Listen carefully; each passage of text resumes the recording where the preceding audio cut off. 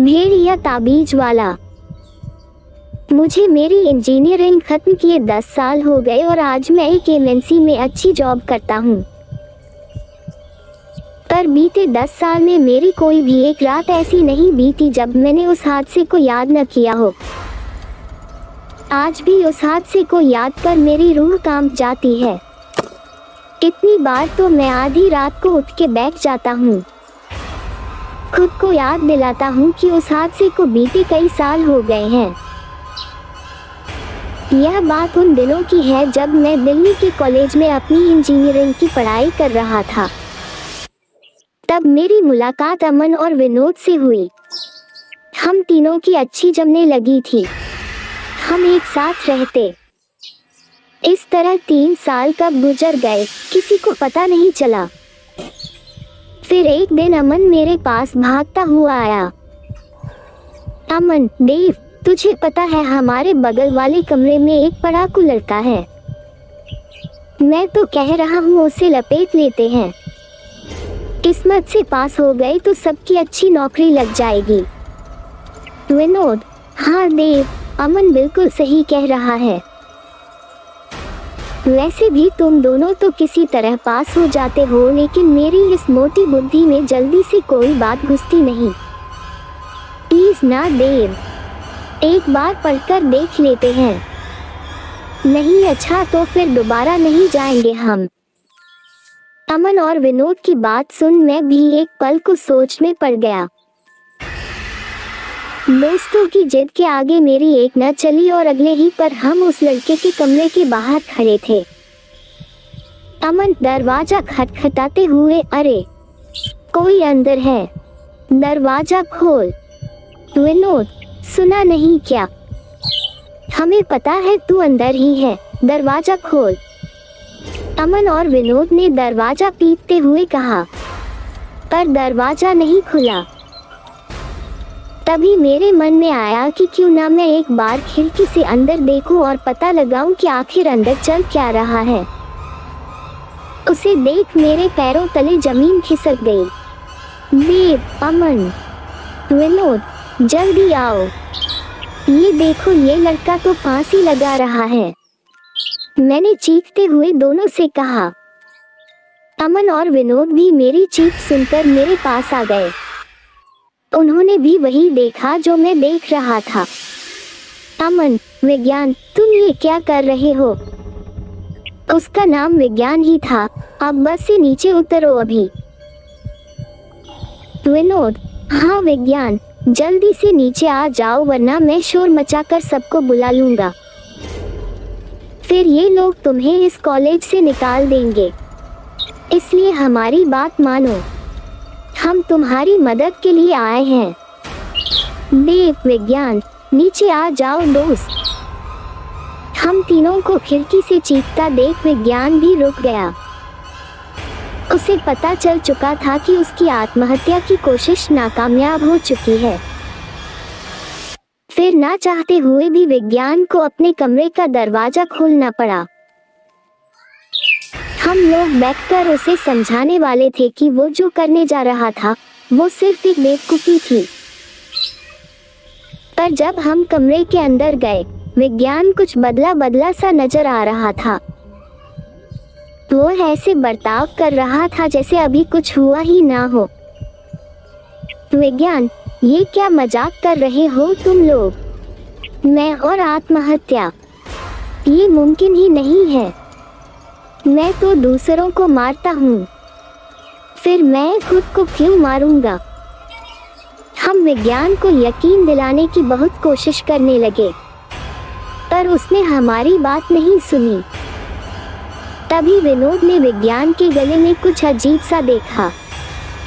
विनोद, विज्ञान, ये तो हमारे गले में क्या है? कोई ताबीज आबीज है क्या? ये कहते हुए विनोद विज्ञान के गले में लटके ताबीज को छूने जा रहा था कि विज्ञान ने विनोद का हाथ पकड़ दूर झटक दिया। विज्ञान, खबरदार, अगर इसे छूने की कोशिश भी करी तो।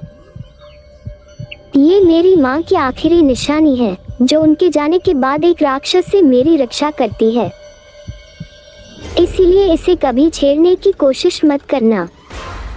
ताबीज की बात निकलते ही मामला संगीन हो गया, पर मैंने महज इसे एक इत्तेफाक समझ इस बात को दबाते हुए कहा, देव, अरे अब ऐसे ही पूरी रात निकल जाएगी। हम लोग तो यहाँ पढ़ने के लिए आए थे, फिर अब क्या हो गया सबको। ये सब कहते हुए मैंने जब विज्ञान की ओर देखा तो उसकी नजरें विनोद को ही देख रही थी। सच कहूं तो उसके चेहरे पर मौत की भांति मुस्कान थी, जिसे देख मैं डर गया था। वैसे विज्ञान था तो अक्लमंद, क्योंकि वो जिस तरीके से हमें समझाता, हमें पढ़ाता था, उसकी सारी बातें हमें अच्छे से याद रहती थी।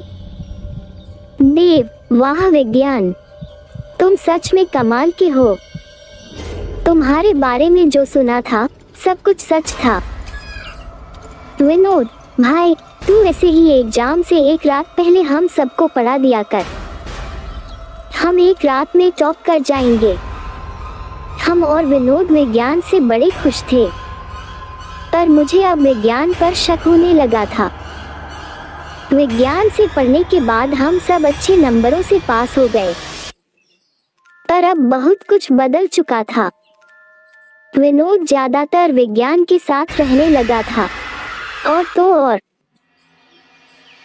विज्ञान के आने के बाद से वो 2 बार बड़ी दुर्घटना से बाल बाल बचा था, और दोनों बार दुर्घटना के समय सिर्फ एक विज्ञान ही उसके साथ था। दोनों की अच्छी जमने लगी थी, इस कारण दोनों में नोकझोंक होने लगी थी। विनोद अक्सर विज्ञान को उसके ताबीज के बारे में ताना मारता रहता था। विनोद, विज्ञान, तुम इसे क्यों पहनते हो? तुम एक इंजीनियरिंग के स्टूडेंट होकर इन सब में विश्वास रखते हो। कितनी मूर्खता वाली बात है। मैं रहता तो कब का इसे तोड़कर फेंक देता। विनोद की बात सुनकर भी विज्ञान उसे कुछ नहीं कहता, पर उसके चेहरे पर वही मौत की भद्दी मुस्कान छलक रही होती जो मैंने शुरू में देखी थी। ऐसे ही कुछ और दिन बीत गए। हमारे फाइनल सेमेस्टर के एग्जाम भी सर पर आ चुके थे, और ठीक एक हफ्ते पहले विनोद का जन्मदिन भी था। तो हमने बिना किसी की परमिशन लिए विनोद की बर्थडे पार्टी हॉस्टल की छत पर रखी। अरे विनोद, इतना चुप क्यों है तू? क्या हुआ? अपने जन्मदिन वाले दिन भी तू खुश नहीं लग रहा है। मेरी इस बात पर विनोद और परेशान हो गया। तभी उसने चिल्लाते हुए कहा, विनोद भैया, देखना अभी तक विज्ञान नहीं आया, जबकि उसे मैंने सबसे पहले इनवाइट किया था। विज्ञान की तरफ ये विनोद का लगाव मुझे अजीब लगा था, पर मैंने इस बात को इग्नोर कर विनोद को अपने साथ नाचने के लिए कहा। शुरू में तो उसने मना किया, पर शराब के नशे में उसे भी हमारे साथ मजा आ रहा था। रात काफी हो चुकी थी, हमारे सब दोस्त जा चुके थे। अब बस मैं, विनोद और अमन ही बचे थे। पर इस बीच विज्ञान कब हमारे बीच आकर नाचने लगा, ये किसी को पता ही नहीं चला। उसी डांस में विनोद ने जब विज्ञान के गले में वो ताबीज देखा तो उसे फिर उससे चिढ़ होने लगी। विनोद, कितनी बार मना किया है तुझे, पर तू है कि फालतू का अंधविश्वास गले में लटकाए घूमता ही रहता है। विनोद ने इतना कहकर विज्ञान के गले से वो ताबीज निकाल उसे अपने पैरों के नीचे कुचल दिया। अमन, विनोद, ये तूने क्या किया? वो उसकी माँ की आखिरी निशानी थी। अमन विनोद से कहता हुआ उसे कोने में ले गया, पर मैं अभी भी विज्ञान के सामने ही खड़ा था कि तभी ताबीज के टूटते ही विज्ञान की आंखें लाल हो गई। उसके कंधे से नुकीली हड्डियां निकलने लगी और बदन पर खूब सारे बाल उगाए। उसकी हड्डियों के अकने के कारण वो किसी भेड़िए की तरह अपने दोनों हाथों और पैरों के सहारे जमीन पर बैठकर गुर्राने लगा। देव, विज्ञान, ये क्या हो गया है तुम्हें? तुम किसी भेड़िए की तरह क्यों हो गए हो विज्ञान? विज्ञान, मैं विज्ञान से कहता हुआ दूर जा रहा था। सच कहूँ तो इस पल ने मेरे अंदर के सारे डर को सच कर दिया था। मेरी बातें सुन वो भेड़िया मुझे मारने के लिए मेरी तरफ कदम बढ़ा ही रहा था, तभी विनोद ने कहा, विनोद, अरे जानवर, उस पर क्यों अपना जोर दिखाता है? अगर दम है तो मुझसे आ। विनोद की बात है सुन वो भेड़िया विनोद की तरफ आ गया। अमन विनोद के पास ही खड़ा भेड़िए को अपनी तरफ आते हुए देख रहा था। अमन, विनोद, ये विज्ञान तो एक भेड़िया बन चुका है, पर ये कैसे मुमकिन है? ये कहते हुए अमन ने पास ही में पड़ी लोहे की रॉड हाथ में ली और विनोद की रक्षा करने लगा। विनोद भेड़िए को अपनी तरफ आता देख सबको असलियत बताने लगा। विनोद, अमन, मुझे आज ही पता चला है कि विज्ञान इंसान नहीं बल्कि एक भेड़िया है। मैं जब इसे अपने जन्मदिन के लिए इनवाइट करने उसके कमरे में गया तो मुझे इसकी असलियत का पता चल गया। ये इंसान बनकर लोगों के बीच में रहता है और अपने लिए कोई आसान शिकार ढूंढता है। इस ताबीज की वजह से इंसान का रूप ले सकता है या किसी इंसान के अंदर समा सकता है। इस वक्त ही जिस विज्ञान के शरीर में था उसे इस भेड़िया ने 6 साल पहले ही मार दिया था। विनोद ये बोल ही रहा था तभी अमन ने जोर से हमला किया। मैं भी उस भेड़िए के पीछे खड़ा खाली बोतलों पर उस पर हमला करने लगा, पर हम दोनों हार गए। लोहे की रॉड से मार खाने के बाद उस भेड़िए को कोई खरोंच तक नहीं आई। उसने अपने नुकीले पंजों से उसके पेट की सारी इंद्रियां निकाल दी और फिर अमन का पूरा सिर अपने मुंह में दबाकर धड़ से अलग कर दिया। उसके बाद दोनों को हॉस्टल की छत से नीचे गिरा दिया। भेड़िया का इतना खूंखार रूप देख विनोद और मेरी रूह कांप गई।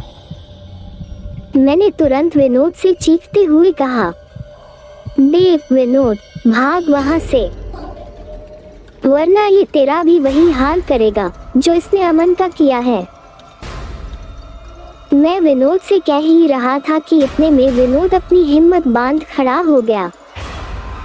विनोद, नहीं देव, तू भाग जा यहाँ से, भाग जा और अपनी जान बचा ले। मैं जानता हूँ ये भेड़िया हर हाल में मुझे जान से मार देगा। ये विनोद के आखिरी शब्द थे जो उसने मुझसे कहे थे। विनोद मुझे भागने का कहकर खुद ही छत के किनारे पर जाकर खड़ा हो गया। भेड़िया उसकी तरफ दौड़ा ही था कि विनोद ने उस भेड़िए को जकड़ लिया। विनोद, मैं तुझे अब और लोगों की जान नहीं लेने दूंगा। तूने जो मेरे दोस्त अमन पर हमला किया उसका बदला तो मैं लेकर ही रहूंगा। इतना कहकर विनोद अपनी पूरी ताकत से उस भेड़िए को किनारे की ओर खींचने लगा। विनोद इस भेड़िए के जिस्म से इस तरह चिपक चुका था कि ढेर सारे हमलों के बाद भी वो भेड़िया खुद को विनोद से अलग नहीं कर सका। विनोद धीरे धीरे भेड़िए को किनारे पर ले आया। मैं भी किसी जिंदा लाश की तरह अपने डर से मजबूर ये सब होते हुए देख रहा था। तभी विनोद उस भेड़िए को अपने साथ लेकर हॉस्टल की छत से नीचे जा गिरा। एक पल में मेरे 2 सबसे अजीज दोस्त मुझे हमेशा के लिए छोड़कर चले गए थे। अगले दिन जब कॉलेज में इस बारे में पता चला तो मैंने उन्हें सब कुछ सच बता दिया, पर किसी को मेरी बात पर यकीन नहीं हुआ। बल्कि कॉलेज ने मुझसे कहा कि मुझे पुलिस को ये बयान देना होगा कि विनोद और अमन नशे में होने के कारण एक दूसरे से लड़ने लगे और अपनी ही गलती से हॉस्टल की छत से नीचे गिरे और मर गए। और ये भी कहा कि अगर मैंने ऐसा नहीं किया तो कॉलेज मेरा कैरियर बर्बाद कर देगा, फिर मुझे कहीं जॉब नहीं मिलेगी। ना चाहते हुए भी मुझे कॉलेज की बात माननी पड़ी और उस रात हुए हादसे को मुझे महज एक गलती बतानी पड़ी। बस यही बात मुझे आज भी सताती है, रातों को चैन से सोने नहीं देती। अमन और विनोद की चीखें आज भी मेरे कानों में गूंजती है, क्योंकि मैंने ही अपने दोस्तों को इंसाफ नहीं दिलाया। बस हादसे वाली रात को हॉस्टल की छत से 3 बॉडी नीचे गिरी थी, मगर मेरे लिए सिर्फ 2, अमन और विनोद की। उस भेड़िए का कहीं कोई नामो निशान नहीं मिला। मैंने ये बात कभी किसी को नहीं बताई।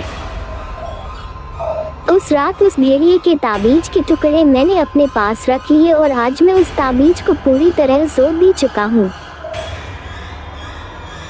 इस उम्मीद में कि शायद किसी रोज वो भेड़िया अपने ताबीज को ढूंढता हुआ मेरे पास आए और मैं उससे अपने दोस्तों की मौत का बदला ले सकूं। तो हो सकता है शायद वो भेड़िया आज भी कहीं जिंदा घूम रहा हो, क्या पता आपके साथ आपके पास बैठा हो, वो भी अपनी कहानी देख रहा हो। समाप्त। आशा और विश्वास है कि आपको मेरी कहानी वीडियो हॉरर स्टोरी भेड़िया ताबीज वाला पसंद आई होगी। आप सभी से मेरा अनुरोध है कि मेरे चैनल राजू एंटरटेनमेंट को सब्सक्राइब करके बेल आइकॉन को जरूर दबाकर ऑल पर सेट करें, जिससे मेरी आने वाली वीडियो आपको सबसे पहले मिले। प्लीज प्लीज प्लीज सब्सक्राइब कर दीजिए ना सर जी। धन्यवाद।